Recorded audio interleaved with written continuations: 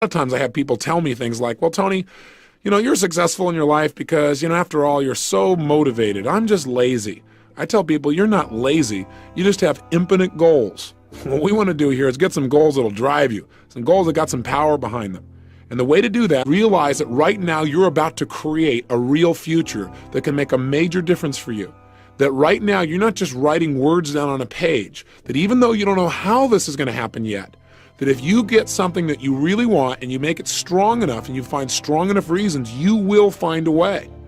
I've done goal-setting workshops like this and seminars for years, and what's amazing is the kinds of results that people generate. I remember where a woman stood up and said, I want to set a major set of financial goals, and that's part of what we're going to do in this workshop. She said, I want to make $100,000, and I want it in the next 7 weeks. The challenge I had when she said this was, hey, wait a second. 7 weeks is too short a period of time. This woman has never made over $30,000 in a year in personal income. How in the heck is she going to make $100,000, especially when she has no plan? Now, while on the one hand, I'm not supportive of just setting goals arbitrarily like that, on the other hand, who am I to say what you're really capable of or not capable of? I think it's true that sometimes people set up goals that aren't realistic, meaning they really have no clue how it can be pulled off. But I also know that there's tremendous power if you get committed enough. And so, as I started to tell this woman, well, maybe you ought to relook at your goal, she was so strong about it that I decided to just let her keep it. Who am I to stand in her way? And a good thing I didn't. 6.5 weeks later, she won the lottery and made exactly $100,000. Now, what's really interesting about this story is 6 months later, she came back to a seminar, and we talked about in the seminar what she had done. She set another goal that within 6 months this time, it wasn't quite as urgent, she'd make $150,000. Well, she made $200,000 again through a lottery. Now, I'm not suggesting set a bunch of lottery goals here by any stretch, and I'm not big on it. I don't buy lottery tickets. But I just want you to realize there may be a level of understanding about how to manifest goals that's beyond what you or I consciously understand. And this woman certainly was pretty good at it. She's not the only person. I shared her story one time, and a couple from Detroit listened to the story and got really inspired, and they just said, hey, as long as she can get this, why doesn't she ask for bigger numbers? We're going to do this thing, and we're going to make $1 million. And I got to kind of grit my teeth, and I said, look, that's not what I told the story for. But they got so into it, and they followed all the instructions. They set their goals, they got strong enough whys, they created the pressure, and they did something else that I teach. And that is to make your goals so real, once you know what your goals are, to make them so real in your mind that it feels as if you already have them. When you get to that level where your brain actually believes it's already happened, something clicks. And oftentimes, within a short period of time, that goal becomes realized. I mean, in physical situations, things start to happen. I know this sounds metaphysical, but all I can tell you is it's worked in my life and it's worked for other people. This couple went back and started telling people they'd won this lottery. And I kind of, quite honestly, got a little bit upset. They said, look, you said make it real. It's so real for us now. I mean, we have a hard time distinguishing. And sure enough, they did not win the lottery 2 times in a row. But the third time they won, and they won over $1 million. Their story's pretty legendary in our alumni group in the Detroit area, and in fact, across the country. So I want you to know that people around them said they were nuts, but they understood the power of being able to create something first in our mind. Everything around you in your life right now started out at one time as a thought. I mean, think about it.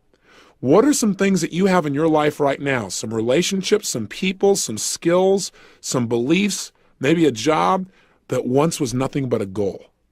You're in that same moment now of creation. One of the major reasons for setting goals is for what they make of you in achieving them. My teacher advised me when I first got started at age 25, he said, Jim, why don't you set a goal to become a millionaire? He said, it's got a nice ring to it, enough zeros to impress your accountant. And he said, I'm here to help you. You're only 25 years old. You've been to 1 year of college. You've got a beautiful family, every reason to do it. Why don't you set a goal to become a millionaire? And he said, here's why. And I thought, he doesn't need to teach me why. Wouldn't it be nice to have $1 million? He said, no, then you'll miss it. He said, here's why. For what it will make of you to achieve it.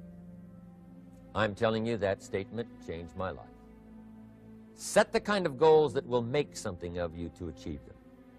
He said, now, once you become a millionaire, what's important is not the money. I thought, that's kind of strange teaching. He said, honest, it isn't important. He said, you could just give the money away. Now, I did better than that. I lost it all. By the time I was 31, I was a millionaire. By the time I was 33, I was broke. And I'll tell you a little bit about that story later. But when I lost all my money, guess what? I found out Mr. Schoaf was right. What was valuable was not the money. What was valuable was what I became to earn the money. The skills I had, the knowledge I had about the marketplace, the values that I had going for me. They were more valuable than the money. And here's an important statement to remember. It's not what you get that makes you valuable. It's what you become. So part of the key here is to set the kind of goals that will make something of you. Don't set them too low so that you don't have to grow and you don't have to read and you don't have to try and you don't have to stretch. Don't set them too low. And then don't sell out. Don't go for something that's going to cost you your virtue or cost you your values or sell out your principles. There's a good middle road here to follow. Goals that will inspire, goals that will help you grow, change, develop, and become better than you are. The major key to your reaching your goals is you. Nobody's going to work on your dream harder than you. Trust me on that one. You've got to take responsibility to make it happen. If it happens when you come out the gate, fine. But if you fail, so what? Come back again and again and again and again. If it's something that you love, if it's your passion, until you do it. George Bernard Shaw said, the people that make it in this life, they look around for the circumstances that they want, and if they can't find them, they create them. Here's something else. It's hard. When I bought the first home for my mother, and I didn't do a title search, and a guy sued me, and I had to move out from the big, beautiful home I bought her to a roach-infested home I moved her out of, and the neighbors came out and said, "Mamie, y'all back?" "Yes, what happened?" "My boy lost a house. He didn't do a title search, and we had to get out. They foreclosed on the house. He didn't have the $50,000 to pay the guy who put a lien on the property." It was devastating. But let me tell you something. It was worth it, because I came back. 90 days later, I got a bigger and better house. 90 days later, I stayed focused on the goal. And that's the thing that you want to do. Stay focused on your goal. Keep the main thing the main thing. You're going to have distractions. That's a part of the process. It's not there to stop you. It's only there to challenge you. You want to grow through it. You know, I think it was Robert Schuller who said, tough times never last, but tough people do. Keep the main thing the main thing. You going through hell? Don't stop. Keep moving. That's the name of the game. Keep on swinging. One of my favorite movies is Cool Hand Luke and Paul Newman. I don't know if you've ever seen the movie, but there's a scene where Cool Hand Luke is fighting a guy, big dude, just kept knocking him down. Bam! That kept on knocking him down. Cool Hand would get up, he'd knock him down. Bam! And pretty soon the guys are feeling sorry, say, "Stay down, Cool Hand, stay down." Cool Hand Luke would get back up again. Guy would knock him down. Bam! The guy would say, "Stay down, man, stay down." Cool Hand would get back up again. The guy would knock him down. Bam! And after a while, the guy got tired of knocking Cool Hand down. And Cool Hand stood up. Everybody had walked away, and he was still swinging in the wind. Swinging. Nobody was there but him. That's who I am. Cool Hand Luke. That's who you want to be. Cool Hand Luke. You keep on swinging, and the universe will yield to you. It will dispatch angels to come rescue you and say, "Back off. Give him what he wants. Give her what she wants. Let's go find a wimp today." That's the way life is. It's hard, but it's worth it. What will make it worth it for you? Nietzsche said, if you know the why for living, you can endure almost anyhow. I want you to take the time and write down 12 reasons on why you won't fail. Because when the tough times come, and they're going to come, when life hits you on the blind side, and that's going to happen, your children start going crazy, or someone you thought you'd be married to for the rest of your life, like I went through, and they decide they want a divorce, called life. What is it that can keep you going? Your reasons will be your rod and staff to comfort you, to take you through that process. I can tell you it's possible. You can live your dreams.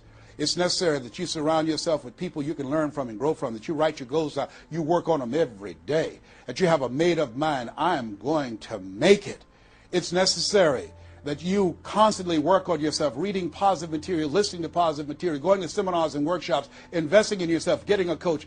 And it's you. You've got to take personal responsibility to make it happen. Don't see yourself as a victim. And it's hard. It's hard. Changing your life is hard. Getting up, working when you're in pain is hard. It's hard. It's hard. Working when you are trying to make something happen for you and the family, and you go home and you're facing a living hell where you need to refuel and replenish yourself mentally and emotionally and spiritually, and you got a battle in your home base. It's hard to keep your spirit up. It's hard. And people don't see the vision. They don't believe in you. They say, oh, you can count on me, and they're not there. They just lied. They're only there when they need you. It's hard. I can tell you, it's worth it. The sacrifice that you have to make, I can tell you from my experience, it's worth it. So take the time to write down, what are those 12 reasons of why you won't give up? What is it that will make it worth it for you? And once you find that, you will create some momentum in your life, and then it's done. I don't know what your goals are. I don't know what your dreams are. Here's what I know about you. You have greatness within you. Here's what I know about you, and I don't even know you, but based upon my own experience, you were chosen on purpose for a purpose, 1 out of 400 million sperm. You have greatness within you, but greatness is a choice. It's not your destiny.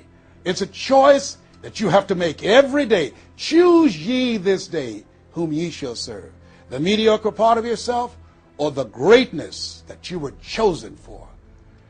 What does it take to successfully create a lasting change in your life? To not only have a New Year's resolution you follow through on, but really have a lasting change? Well, the first step for lasting change is very much like making a New Year's resolution. Fundamentally, it's the same. The first step is you got to have a vision for what it is you really, truly want.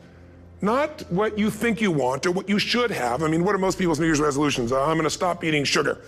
I'm going to stop smoking. I'm going to lose 10 pounds. The problem with that is it's not very inspiring for most people. It's not telling you what you're going to get. It's only what you're not going to do. And it's kind of hard to have you move forward with that.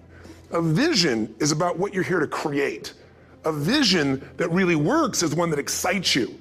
If you say, well, my resolution, my goal, my outcome for this month, this week, this year is to lose X number of pounds, that's okay, but it's not very compelling. It has to be a compelling vision. It's got to have something that has the power to pull you, not something you have to push yourself to do. Those are two different kinds of motivation. Push requires willpower, and willpower never lasts. What will last is pull. Having something so exciting, so attractive, something you desire so much that you have a hard time going to sleep at night and you get so up early in the morning to rock it and take it to the next level. That's what you're looking to create. And that isn't easy to get. But one of the reasons we do seminars and events and we say, why do that? Why not just read a book or something? Is because when you get in an environment where you're with people that are being put in a peak state, like when you're going to a sporting event, if you watch a sporting event at home, it might have a certain level of excitement. But when you're in a stadium with 50,000 people, suddenly it has a whole different level of intensity. And we feel that. And the bottom line of our follow-through comes down to our emotional intensity. In a different state of mind, you're going to come up with a much better and a more exciting vision than if you're sitting on the couch going, okay, what are my new resolutions for this year? And you're doing it the morning after the new year has started and you're a little inebriated and the football game's on in the background. Probably not going to have the power of focus there. Probably not going to have the power of the energy to create something that's going to pull you for this year. And you got to do that. So it's got to be a vision that's compelling. Something that it's going to be a gift to make sure that it happens. And also, along with that compelling vision, you got to have strong enough reasons that you're going to follow through when the going gets tough. That's one of the biggest things missing for most people. They say, this is what I want to do. It's not very exciting. It's not very compelling. But most importantly, they don't have strong enough reasons to push themselves through what's going to be necessary to get that dream, to get that goal when the inevitable challenges come up. When you're starving, hungry, and you're trying to go on a diet, right? When you got no time and you're stressed out and you haven't worked out still, and that's what you're supposed to do. When the economy gets tight and what you thought you're going to do doesn't work, and so you give up on the goal instead of finding another way to get there. You don't let the fear take you over if you've got strong enough reasons. Those reasons can be positive, or those reasons can also be negative. They can be, if I don't do this, this is going to cost me. And if I do this, this is what I'm going to gain in my life. Reasons come first, answers come second. if you get a compelling vision and you got strong enough reasons that will push you through the tough times, you're gonna do things other people don't do. Instead of collapsing, even if you get off target, you won't go, oh, I blew it. You'll get right back on target, make the change, make things happen. And I know you've done this in many areas of your life. Just think about it again. I'm not teaching you something really new here today. I just want to remind you of what your soul knows. You got to change, you got to improve, and you got to go through a simple process fundamentally to make that progress. First step, vision that's compelling. Second step, make sure that there's strong enough reasons to follow through. Third step, you got to review it and feel it every day. I mean, anything. Have you ever had this happen in your life? Has there been anything in your life that you've ever wanted so badly? You were so desirous of it. You had such a hunger for it that you couldn't stop thinking about it. Could have been a career move, could have been when you were a kid, a car, it could have been a relationship, it could have been anything, but you were obsessed. You wanted to make this happen. You wanted to attract this to your life. You just wanted something. And you didn't even know how to get it. But it was so compelling to you. You kept thinking about it every day, envisioning it, imagining it, feeling it. And then stuff happened. And suddenly you started to attract people or situations to your life, and it just came together. Like, you didn't even have a total plan. It was just that it was so a part of your focus with so much intensity and emotion so often that it sensitized you to notice anything that could get you there. There's a part of your brain called the reticular activating system. For short, we call it the RAS. That part of your brain determines what you notice in the world. And it's really important because when you set a goal, when you get really clear on a vision, and there's strong enough reasons, and you review it enough, and it becomes a part of you, that part of your brain says, anything that relates to this, I need to notice. It's like, did you ever buy a certain kind of car, or maybe a certain outfit, and suddenly you see that car everywhere, or those outfits everywhere? Well, you know the cars were always around, but why do you see it now? Because your RAS knows this is important, this is part of my world now. Similarly, when you really get clear, and it's compelling, and you're reviewing it every day, you've got strong reasons, and you're reviewing it every day, and you're feeling it, the brain becomes incredibly acute at noticing anything to get you to move forward. And so that's the power of this. So, you know, what do people do with a New Year's resolution? They come up with something they kind of want. It's not a compelling vision. They don't really have strong enough reasons, and they never review it again until they notice that they broke what they said they really want to have make happen, because they didn't really resolve. If you resolve, you got the vision, it's compelling, you review it daily, and you feel it. You envision it, and you experience it. Simple as it sounds.